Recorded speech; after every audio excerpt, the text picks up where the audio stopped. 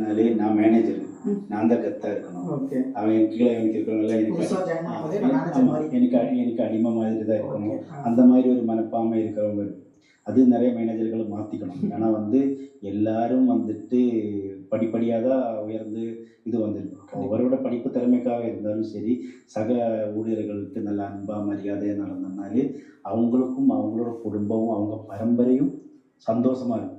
பரவாயில்ல, எங்கள் மேனேஜர் நல்லா இருக்காரு, என்னோட ஹெச்ஆர் எனக்கு நல்ல வேலை வாங்கி கொடுத்தாரு, என் ஹெச்ஆர் எனக்கு நல்லா சப்போர்ட் பண்ணுறாங்க, என்னை இங்கே பர்மனெண்ட் ஆக்குறாங்க.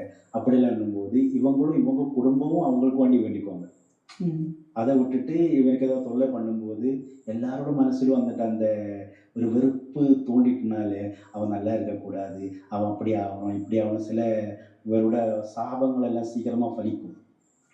அதனால நிறைய மேனேஜர்களுக்காக இருந்தாலும் சரி, பெரிய உத்தியோகத்தில் இருக்கிறவங்களாலும் சரி, சில ஓனர்களாக இருந்தாலும் சரி, சில பேருக்கு சாபத்தில் என்ன பண்ணுவாங்க, நான் என்ன